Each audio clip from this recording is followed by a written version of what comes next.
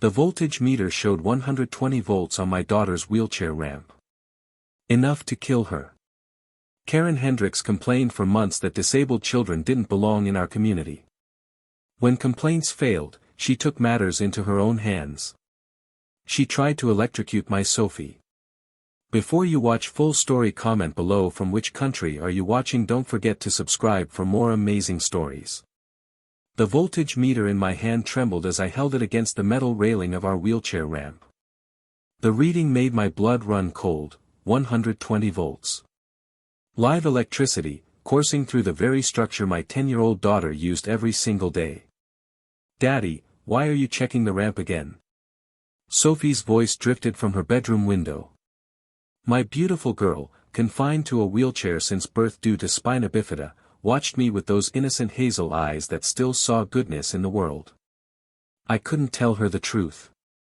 Not yet. Not that someone had deliberately turned her pathway into a potential death trap. 3 days earlier, I had noticed Sophie jerking backward when her hand brushed the railing. She had laughed it off, saying it felt like static electricity. But when it happened again the next morning, and I saw the small burn mark on her palm, I knew something was terribly wrong. My name is David Mitchell, and we had moved to Riverside Gardens 6 months ago, hoping for a fresh start after my wife Rachel's death from cancer. The community seemed perfect, manicured lawns, friendly neighbors, and most importantly, it was all on one level, making it accessible for Sophie. The HOA president, Margaret Blackwood, had assured us during our tour that the community was inclusive and welcoming to all families. That was before Karen Hendricks became the new HOA board member. Karen lived 3 houses down, in a pristine white colonial that looked like it belonged in a magazine. From the moment we moved in, I felt her cold stare whenever Sophie and I were outside. She never waved back. Never smiled.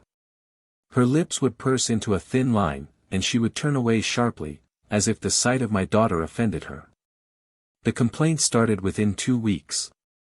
First, it was about our wheelchair ramp being an eyesore that decreased property values. I had installed it myself, making sure it met all ADA requirements and matched our home's aesthetic. The HOA Architectural Committee had approved it before installation. But Karen had filed an official complaint anyway, demanding we remove it and use the back entrance like service workers do. That complaint was denied, but Karen didn't stop. Next came the citation for Sophie's accessible parking spot. I had painted a small handicap symbol in front of our driveway to remind people not to block our access. Karen reported it as unauthorized street painting and demanded a $500 fine. I spent 3 hours at a city council meeting proving that it was on my property, not public street. Then she complained about Sophie's medical equipment delivery truck, calling it commercial traffic in a residential zone. She filed noise complaints about Sophie's wheelchair, claiming the sound of it on the sidewalk during her morning rides disturbed her peace. She even tried to ban Sophie from using the community park, arguing that the playground equipment wasn't designed for wheelchairs and posed a liability. Every single complaint was rejected, but each one chipped away at our peace.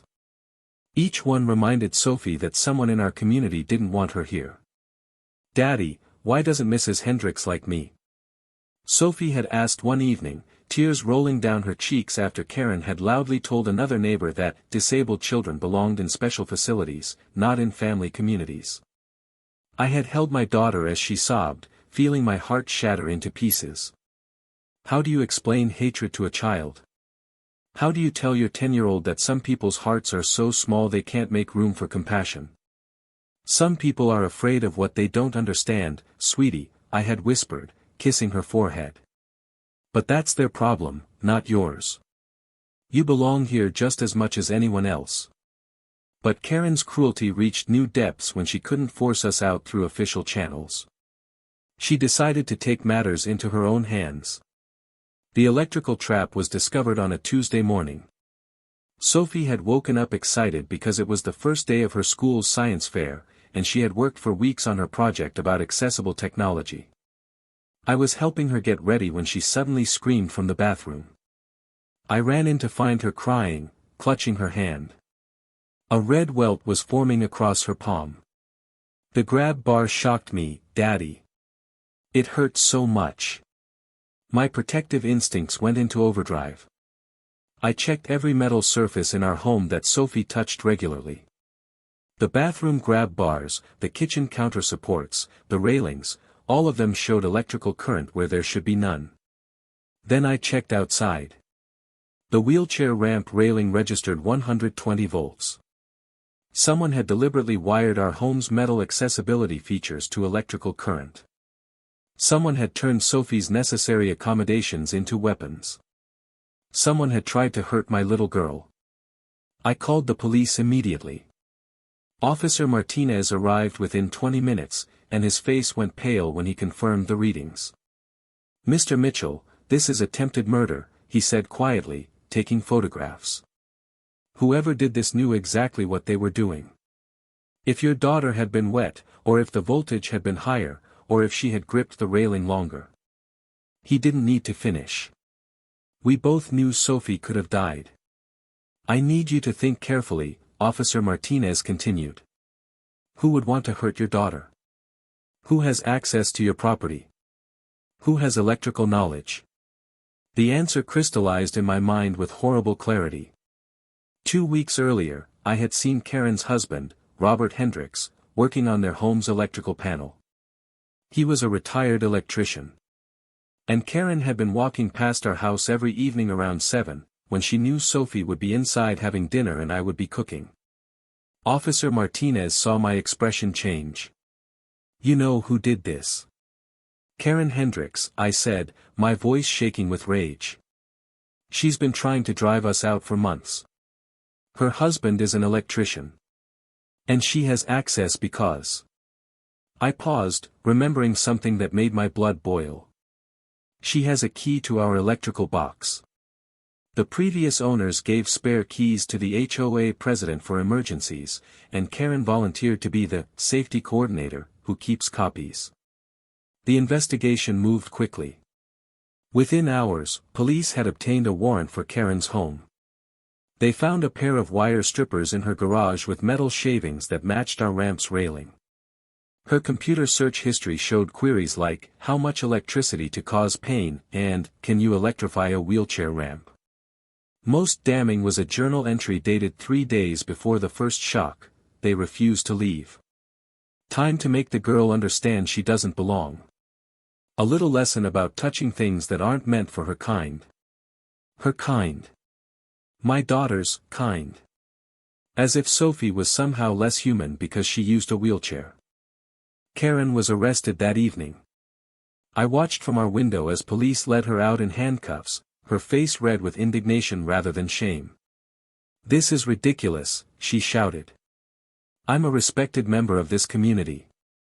That family doesn't belong here. Their presence affects our property values." Even while being arrested for attempted murder, she couldn't see my daughter as a person worth protecting. But before the arrest, there was one more horrifying discovery. The forensic electrician who examined our home found something that made everyone's blood run cold. Karen hadn't just wired the accessibility features with steady current. She had installed a device that would gradually increase the voltage over time. If this had gone undetected for another week, the electrician explained, his voice shaking, the voltage would have reached lethal levels. This wasn't just about causing pain. This was designed to kill, but to do it slowly enough that it might look like an accident. That revelation changed everything. This wasn't a crime of passion or a moment of anger. This was premeditated, calculated murder. Karen had planned to slowly increase the danger until Sophie touched the wrong thing at the wrong time and never woke up. The night after Karen's arrest, I sat with Sophie in her bedroom. She was quiet, staring at her bandaged hands. "Daddy," she whispered, "did Mrs. Hendricks want me to die?" The question stabbed through my heart. How do you tell your child that yes, someone hated her enough to plan her death? "Yes, baby," I said, because she deserved the truth. She did. But she failed. "You're here, you're safe, and she's going to prison for a very long time." Sophie nodded, tears streaming down her face. I just wanted to belong here. I just wanted to have a normal life. Why did she hate me so much? I held her close, feeling her small body shake with sobs. Because she's broken inside, Sophie. Some people are so full of hate and fear that they can't see the beautiful, amazing person right in front of them. But that's her failure, not yours. You are perfect exactly as you are. The HOA emergency meeting was called for the next evening. I hadn't planned to attend. I was focused entirely on Sophie, who was traumatized and afraid to touch anything in our home. But Margaret Blackwood, the HOA president, called me personally. "David, I need you there," she said, her voice heavy with emotion. "The community needs to hear what happened. And they need to see Sophie, to understand what Karen's hatred nearly destroyed." Sophie didn't want to go. She was scared, exhausted, and the burns on her hands were still bandaged. But when I explained that her presence might help other kids like her, she agreed. "If it helps someone else not get hurt, I'll go, Daddy." My brave, beautiful girl. The community center was packed. Every resident seemed to be there, the air thick with tension and whispered conversations. When Sophie and I entered, the room fell silent. All eyes turned to my daughter in her wheelchair, her small hands wrapped in white bandages.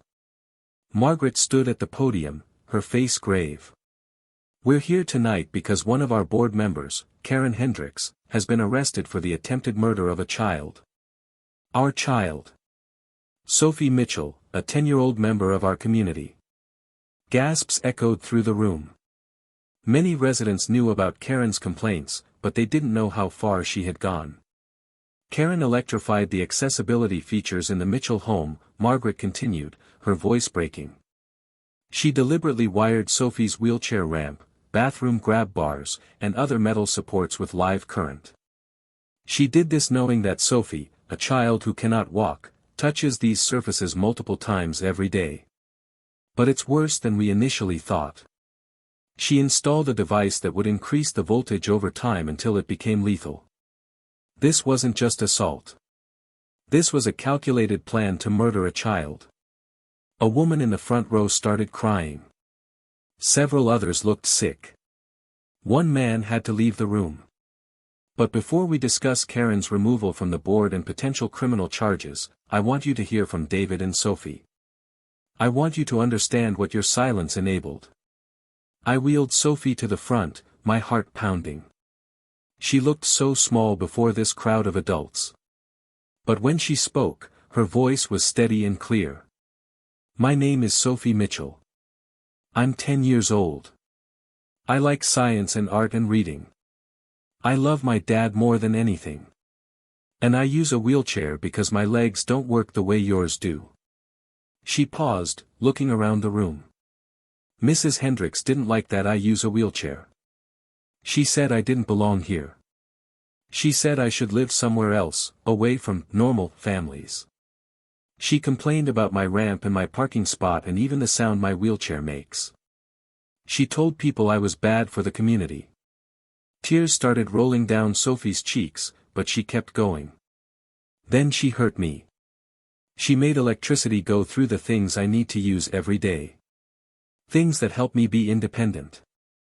Things that make me feel normal." She held up her bandaged hands. "These burns will heal. But I don't know if I'll ever feel safe in my own home again. I don't know if I'll ever stop being scared that someone hates me just because I'm different." The silence in the room was deafening. I saw tears on dozens of faces. Grown men were wiping their eyes. Women were openly sobbing. Then an elderly man stood up. I recognized him as Harold Chen, who lived at the end of our street. "I knew about the complaints," he said, his voice shaking. "I heard Karen talking about the Mitchells at the last board meeting. I didn't say anything. I thought it was just talk, just frustration. I never imagined." He looked at Sophie, tears streaming down his face. "I'm sorry. I'm so sorry. I should have spoken up. I should have defended you. One by one, other residents stood and apologized. They apologized for not challenging Karen's complaints. They apologized for not welcoming us properly. They apologized for letting hatred fester in their silence. A young mother with 2 small children approached Sophie. "My son has autism," she said quietly. Karen complained about his stimmying noises in the park. She said he made other children uncomfortable. "I've been afraid that if I speak up, she'll make our lives miserable too. But seeing what she did to you, I should have been braver. All of us should have." Margaret returned to the podium. "Karen Hendricks is hereby removed from the HOA board, effective immediately. Furthermore, I'm proposing new community bylaws tonight. First, explicit anti-discrimination protections for residents with disabilities. Second, mandatory accessibility features in all common areas. Third, sensitivity training for all board members. And fourth, a community fund to support families who need accessibility modifications."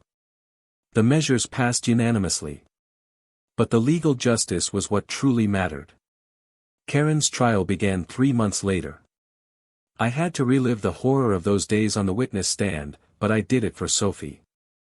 I did it so Karen couldn't hurt anyone else's child. The prosecution built an airtight case. They presented the physical evidence, the wire strippers, the modified electrical connections, the journal entries. They brought in expert witnesses who testified that the electrical configuration could have easily killed a child Sophie's age, especially if she had been wet or had gripped the railing with both hands. The forensic electrician testified about the voltage escalation device.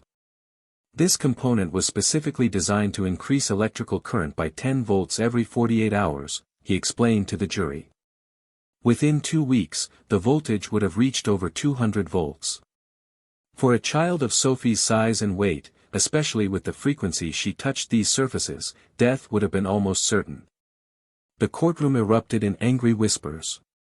Several jurors looked visibly shaken. One was crying. The prosecutor then presented Karen's online activity. She had joined hate groups focused on eugenics and ableism. She had posted messages in forums about how genetic defectives were ruining America. She had researched methods of accidental elimination and ways to make problems disappear without suspicion. But the most powerful testimony came from Sophie herself. The judge had arranged for Sophie to testify via closed-circuit television to minimize her trauma, but my brave girl insisted on doing it in person. "I want Mrs. Hendricks to see me," she said. "I want her to see that I'm a real person, not just something she hates." Sophie wheeled herself to the witness stand with her head held high. The prosecutor gently guided her through what happened, asking her to describe the shocks, the pain, the fear. "It felt like my whole arm was on fire," Sophie testified, her voice small but clear. "I dropped my toothbrush and started crying. I didn't understand what was happening. I thought something was wrong with me." "And how did this make you feel about your home?" the prosecutor asked. "I was scared all the time," Sophie said, tears filling her eyes. "I was scared to use the bathroom. I was scared to go outside. I was scared that my wheelchair would shock me next. I had nightmares about being electrocuted. I still have nightmares." She paused, wiping her eyes. "The worst part was knowing someone hated me enough to want me dead. Not because I did anything wrong, but just because of how I was born. Because my body is different." Throughout Sophie's testimony, Karen sat at the defense table with her arms crossed, her face set in a scowl. She showed no remorse, no empathy, no recognition of the pain she had caused. When it was the defense attorney's turn, he tried to suggest that Karen's actions were merely misguided attempts to address safety concerns. Sophie looked directly at Karen for the first time. "You didn't hurt me because you were worried about safety," she said, her voice stronger now. "You hurt me because you think I don't belong. Because you think kids like me should be hidden away. Because you can't stand seeing me be happy in your community." Karen's facade finally cracked. "You're right," she shouted, standing up despite her lawyer's attempts to silence her. "I don't think you belong here. This is a community for successful, normal families, not charity cases. Your wheelchair, your ramp, your medical equipment, it's all bringing down our standards. I worked hard to make this neighborhood prestigious, and then you show up and ruin everything." The courtroom erupted. The judge had to bang his gavel repeatedly to restore order. Karen's lawyer looked like he wanted to disappear. The prosecutor was smiling grimly. Karen had just confessed her motive on the record.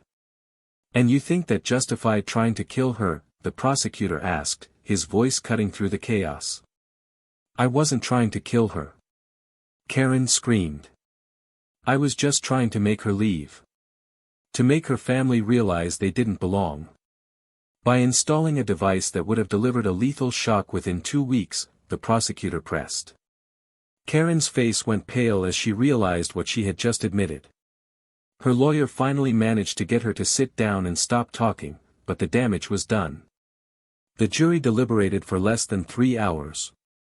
They found Karen guilty on all counts: attempted murder, aggravated assault of a minor, reckless endangerment, violation of civil rights, and several hate crime enhancements. At sentencing, the judge looked at Karen with undisguised disgust. "Mrs. Hendricks, in my 30 years on the bench, I have rarely encountered such callous disregard for human life.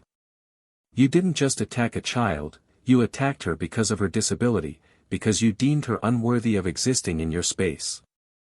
You turned the very accommodations that gave her independence and dignity into weapons designed to hurt her." He paused, letting his words sink in. "You have shown no remorse. Even during this trial, you have maintained that you were justified in your actions. You have demonstrated that you are a danger to vulnerable members of our community." Karen's face was red with anger, not shame. "I hereby sentence you to 25 years in state prison, with no possibility of parole for 15 years. Additionally, you will pay full restitution to the Mitchell family for all medical expenses, psychological counseling, and home safety modifications. You will also pay a $100,000 fine to be donated to disability rights organizations. Furthermore, upon your release, you will be permanently banned from living in any HOA-governed community and will be required to complete 500 hours of community service at disability advocacy centers." The judge leaned forward. "I want you to spend every day of your sentence thinking about the child whose life you tried to end. I want you to think about the fact that Sophie Mitchell is alive despite your best efforts, and she is thriving while you rot in a cell. That is justice." Karen's husband, Robert, who had cooperated with the investigation and testified that he had no knowledge of Karen's plans, filed for divorce the next week. He also came to our home to apologize in person. "I knew she was prejudiced," he said, standing awkwardly on our doorstep. "I knew she complained about you. But I never imagined she would do something like this. I should have seen the signs. I should have stopped her. I didn't know what to say." Part of me was still angry at him for not noticing what his wife was planning. But another part of me understood that Karen had fooled everyone. "Just teach your kids better," I finally said. "Teach them that people with disabilities aren't broken or less than. Teach them that accessibility isn't a burden, it's basic human decency." He nodded, tears in his eyes, and walked away. The aftermath of Karen's conviction brought unexpected changes to Riverside Gardens. The community seemed to wake up from a collective spell. Residents who had been silent during Karen's campaign of harassment now went out of their way to welcome Sophie and me. Harold Chin organized a neighborhood watch program, but instead of watching for crime, they watched out for discrimination. If anyone made discriminatory comments about any resident, they were immediately challenged. The young mother with the autistic son, Jessica, became one of Sophie's closest friends. She would bring her children over to play, and Sophie flourished having friends who accepted her completely. The HOA's new accessibility measures transformed the community. Curb cuts were installed at every corner. The community pool added a wheelchair lift and accessible changing rooms. The playground equipment was upgraded to include wheelchair-accessible swings and sensory-friendly play structures. Margaret Blackwood spearheaded a campaign that went beyond our community. She contacted local news stations, sharing Sophie's story and the lessons Riverside Gardens had learned. The story was picked up nationally, sparking conversations about accessibility and inclusion across the country. Sophie was invited to speak at schools and community centers. Initially, I was hesitant to put her through more emotional stress, but she wanted to share her story. "If telling people what happened to me can help other kids, then it's worth it, Daddy," she said with determination that took my breath away. At her first speaking engagement, a middle school assembly, Sophie spoke for 20 minutes about her experience. She talked about the fear, the pain, but also about the community's transformation. "Karen Hendricks tried to make me disappear," Sophie told the students. "She wanted me to feel so unwelcome, so unsafe, that I would leave. But I didn't leave. And you know why? Because I realized that I have just as much right to exist, to live wherever I want, to be part of any community as anyone else. My wheelchair doesn't make me less. It just makes me different. And different is not less." The students gave her a standing ovation. Several came up afterward to thank her. One girl in a wheelchair hugged Sophie and whispered, "You made me feel brave." But the most meaningful change was in how people saw Sophie. She wasn't the disabled girl anymore. She was Sophie, the kid who won first place in the science fair, who organized a book drive for the local library, who volunteered to read to younger children at the community center. On the one-year anniversary of Karen's arrest, the community held a celebration. Not a celebration of Karen's downfall, but a celebration of what the community had become, a truly inclusive place where every resident was valued. Margaret presented Sophie with a special award, the Riverside Gardens Community Spirit Award, given to the resident who best embodies the values of compassion, courage, and community. As Sophie accepted the award, wheeling herself to the front of the gathered crowd, she looked so much stronger than the scared little girl who had testified in court. She had found her voice and her power. "Thank you for this award," Sophie said, holding the plaque proudly. "A year ago, I didn't think I belonged here. Someone made me feel like I was wrong for existing, wrong for needing help, wrong for being different. But you all showed me that she was the one who was wrong." She looked around at the sea of supportive faces. A community isn't about everyone being the same. It's about everyone being valued. It's about making room for everyone, no matter what they look like or how they move or what they need. "Thank you for making room for me." There wasn't a dry eye in the crowd. That night, as I tucked Sophie into bed, she looked up at me with those wise hazel eyes. "Daddy, I'm not scared anymore," she said. "I know there might be other Karens in the world, other people who don't like me because I'm different. But I also know there are way more good people. People who will stand up for me, people who will make things right." I kissed her forehead, my heart full. "You're absolutely right, sweetheart. And you're one of the people who makes things right. You stood up, you spoke out, and you changed this whole community." "We changed it together," she corrected me with a smile. 2 years later, I received a letter from the state prison. It was from Karen. I almost threw it away without reading it, but curiosity got the better of me. The letter was short. "Mr. Mitchell, I'm writing this not because my lawyer suggested it, but because after 2 years in prison, I've had time to think about what I did.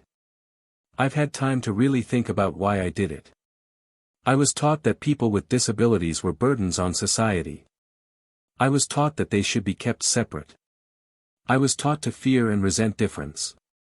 And I never questioned those teachings. I just accepted them as truth.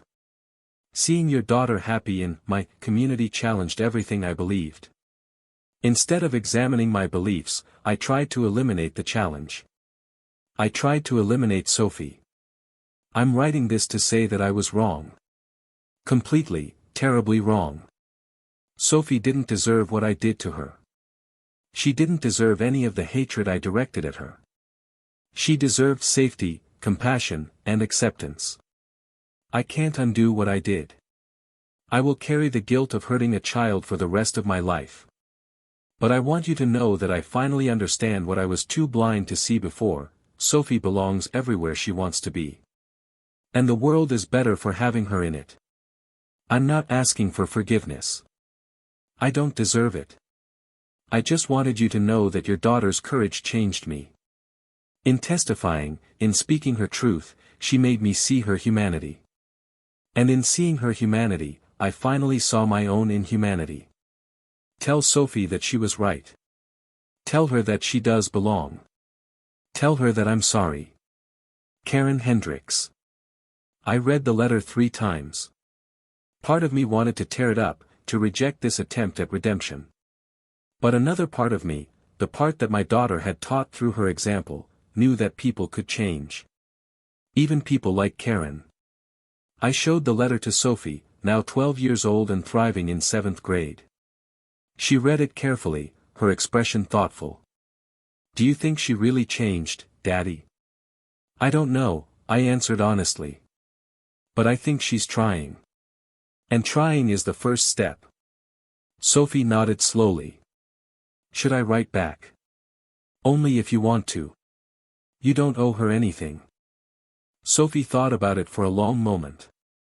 I think I want to. Not for her, but for me. I want her to know that I'm okay. That she didn't break me. That I'm still here, still happy, still belonging. And so my daughter, with a compassion that humbled me, wrote back. Mrs. Hendricks, thank you for your letter. I'm not ready to forgive you yet, and maybe I never will be. What you did hurt me in ways that still affect me. But I'm glad you're learning. I'm glad you finally see that people like me aren't problems to be solved or removed. We're just people trying to live our lives. I'm doing well now. I have friends, I love school, and I feel safe in my community. They made sure I feel safe. I hope that when you get out of prison, you'll help make the world safer for other kids like me. That you'll speak up when you see discrimination. That you'll teach people what you learned. That would mean something. Sophie. 3 months later, Sophie's letter was published in a disability rights magazine, along with the full story of what had happened. It went viral, sparking national conversations about accessibility, discrimination, and community responsibility. Sophie was invited to speak at schools, community centers, and even a congressional hearing on disability rights. My little girl, who someone had tried to silence through violence, had become a powerful voice for change. At one school assembly, a young boy in a wheelchair raised his hand during the Q&A. What do you say to people who make you feel like you don't belong? He asked, his voice shaking. Sophie smiled at him with understanding. I tell them that belonging isn't something they get to decide for me. I belong because I exist. I belong because I'm human. And I belong because I say I do. They can accept it or not, but their acceptance doesn't change the truth. The boy smiled, sitting a little straighter in his wheelchair. As Sophie's advocacy work grew, she started receiving letters from children and adults with disabilities across the country. They shared their own stories of discrimination, of being made to feel unwelcome, of fighting for basic accessibility. Sophie responded to every single letter, offering encouragement and support. One letter particularly moved her. It was from a teenage girl who had considered ending her life because she felt like a burden to everyone around her. But after hearing Sophie's story, she had decided to keep fighting. You showed me that my life matters, the girl wrote.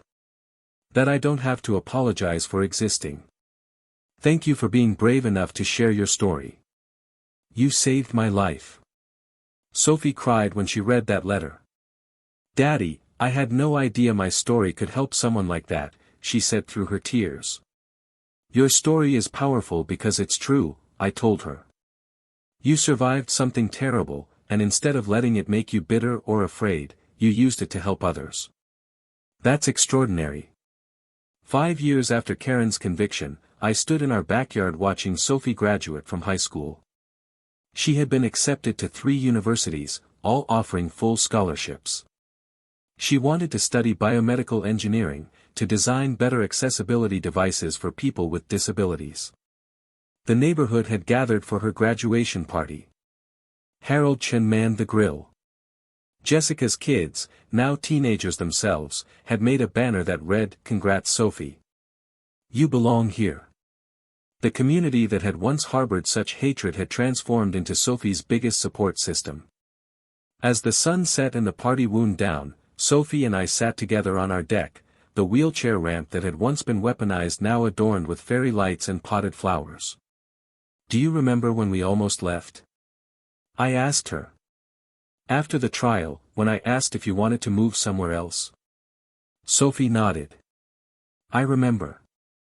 And I remember why I said no. Because leaving would have meant Karen won. It would have meant accepting that I didn't belong. But I do belong, Daddy. I always did." "You did," I agreed, putting my arm around her shoulders. "And you helped everyone else see that too." "Not everyone," Sophie said thoughtfully. "There are still Karens in the world. Still people who think disability is something to hide or fix or eliminate. But there are also more people like our neighbors now. People who are willing to learn, willing to change, willing to make room." She looked up at me with those same hazel eyes that had once been filled with confusion and pain, now bright with hope and determination. "And that's why I'm going to study engineering. I'm going to make a world where kids like me don't have to fight so hard to belong. Where accessibility isn't a special accommodation, it's just how things are built. Where no one has to be as brave as I had to be, because they'll be safe from the start." My daughter, my beautiful, brilliant, unstoppable daughter, had taken the worst moment of her life and transformed it into purpose. Karen Hendricks had tried to shock my daughter out of existence, to make her feel so unwelcome that we would disappear. Instead, she had ignited something powerful in Sophie, a determination to ensure no other child would ever face what she faced. The burns on Sophie's hands had healed, leaving only faint scars. But the strength those scars represented would never fade. As the stars came out above Riverside Gardens, I realized that this community wasn't just where we lived anymore. It was home. Not because it had always accepted Sophie, but because Sophie had refused to leave until it did. And in refusing to be driven out, in standing up and speaking out, in transforming pain into purpose, my daughter had taught an entire community, and eventually countless others, the most important lesson of all. Everyone belongs. Not because they fit in, but because they exist. And any community, any world, that can't make room for everyone isn't just unjust, it's incomplete. Sophie belonged in Riverside Gardens from the moment we arrived. It just took the community a while to understand what my daughter had always known: belonging isn't granted by others. It's claimed by those brave enough to take up space and refuse to be moved. And Sophie would never be moved again.